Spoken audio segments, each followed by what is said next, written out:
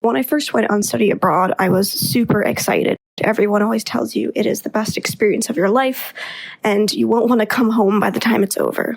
I was excited to experience this new culture, these new people, and especially the history of where I was staying. So I finally got off my flight, made my way to my dorm, and I remember looking out the window for the first time and just getting this feeling of dread. I was alone in a country I had never been in. I didn't know anybody.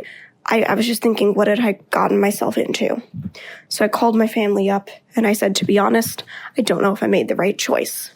So my sister called me back and said, well, I went on study abroad and I had the same feelings at first. You feel alone, you feel scared, but you'll adapt and you'll have a great time.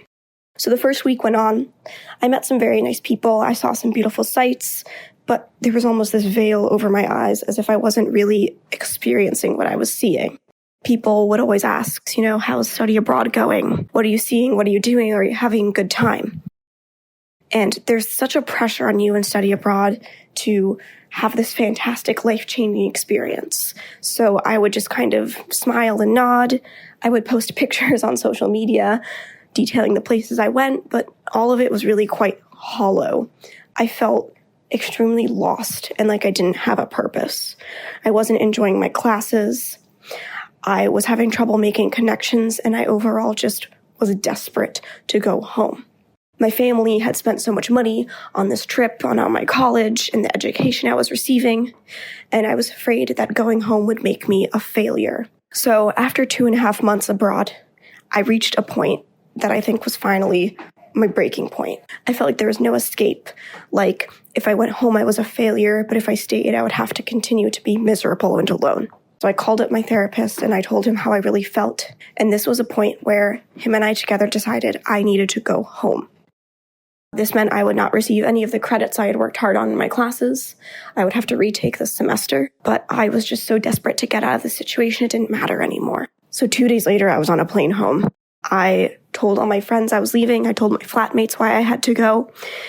And on social media, I made a post saying, for health reasons, I will be coming home early. So it has been a month since I came home, and people will still ask me how my study abroad was. And it's still a very tough question for me to answer because I was in a beautiful place and I saw beautiful things I will never forget. But it just wasn't the right time for me to do what I was doing. In the end, I had to figure out that my mental and physical health were what were most important in the situation, and that sometimes what everyone else does is not what you need to do. Do things at your own pace, because sometimes your pace is different from what other people expect it to be.